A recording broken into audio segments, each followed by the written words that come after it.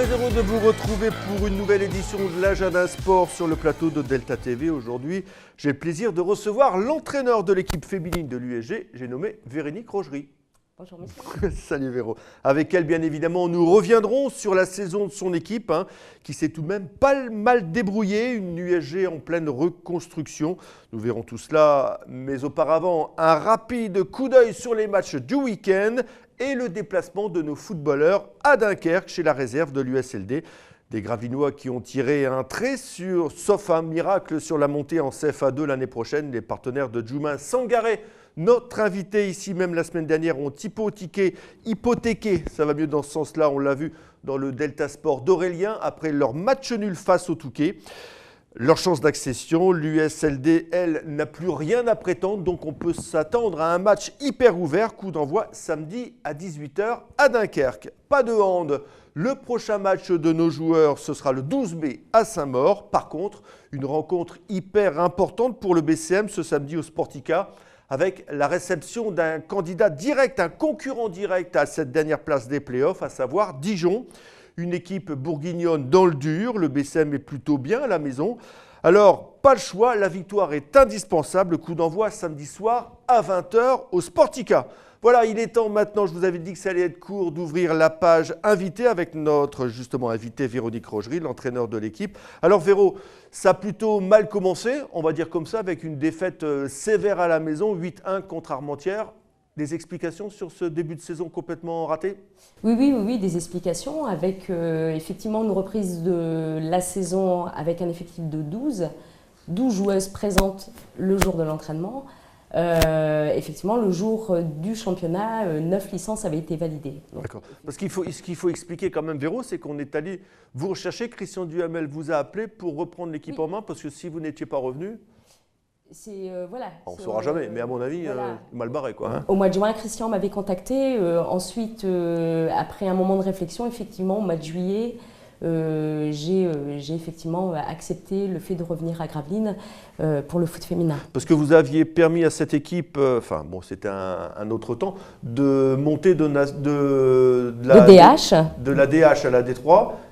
Et après la D2 a été… la D2, c'est Jo qui vous a succédé. Alors comment on peut expliquer ce manque, on ne va pas dire de motivation, quoi. Il y avait de la bisbrouille à l'intérieur de l'équipe ? Non, je ne pense pas. Après, je pense que tout au long d'une saison, tout au long de ces années, il faut à chaque fois apporter du nouveau. On s'est appuyé sur beaucoup d'acquis et puis je pense qu'on a perdu énormément de joueuses.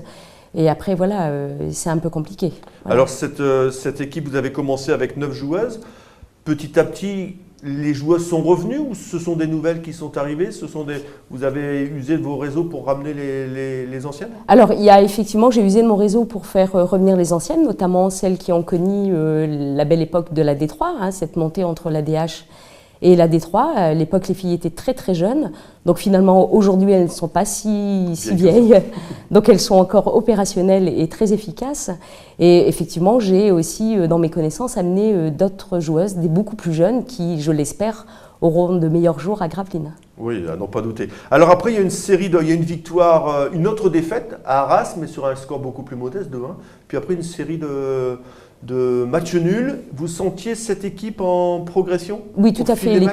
L'équipe commençait à monter en puissance, une belle progression. Et effectivement, des matchs nuls plutôt intéressants, notamment contre Boulogne, avec Boulogne qui avait la ferme intention de finir première et de faire ses matchs de barrage. À l'heure actuelle, c'est le cas. Elles sont premières, elles font les matchs de barrage. Donc on a fait d'excellents matchs nuls. Après, on a fait des matchs nuls qui sont plutôt pas très bons.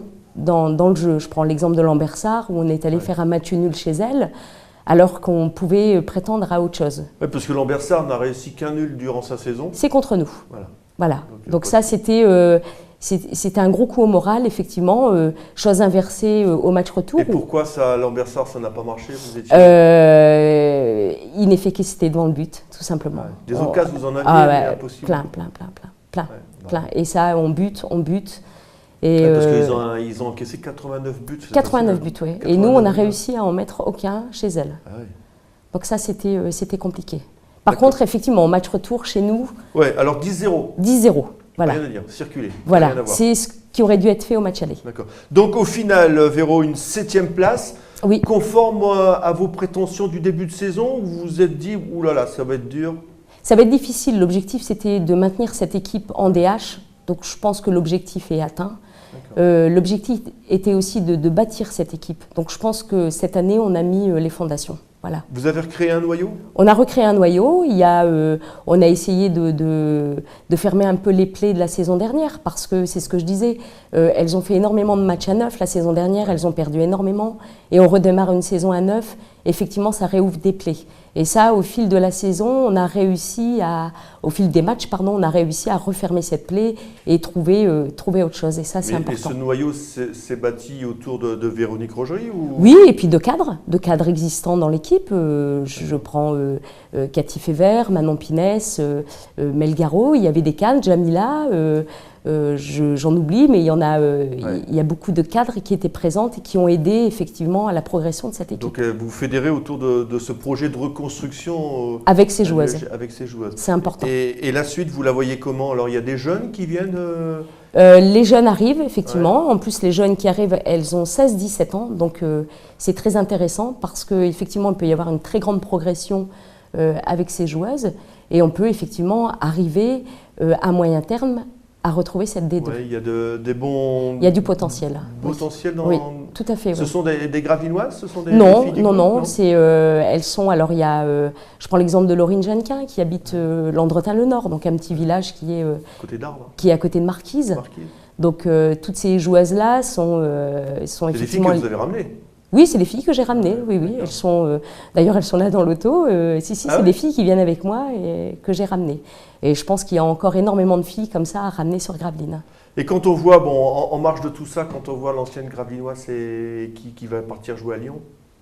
Claire Lavoisier, ça fait plaisir. Hein. Ça fait plaisir? Ça fait plaisir. Vous l'avez côtoyée, vous? Oui, Claire, je l'ai vue.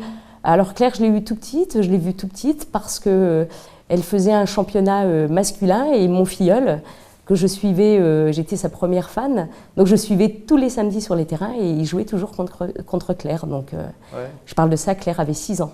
Et ça se détecte tout de suite? Ça se détecte tout de suite. Elle avait quelque chose en plus? Elle avait quelque chose. Comme on dit dans le football, elle mettait la misère tous les samedis aux gamins. Quoi. Ah oui, même avec les garçons? Avec les garçons, c'était qui allait le prendre, qui allait marquer Claire. C'était le sujet lorsque les garçons jouaient contre Marc. C'était marrant, déjà à cette époque. Alors, donc sa progression est logique.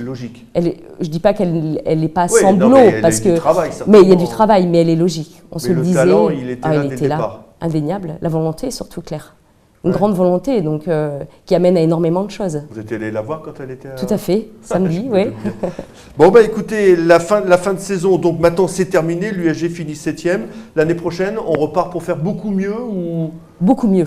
Beaucoup mieux. Donc on va viser la montée l'année prochaine? Alors peut-être pas la montée, mais je dirais qu'à moyen terme, effectivement, c'est l'ambition du club de retrouver... C'est ça, c'est l'ambition du club.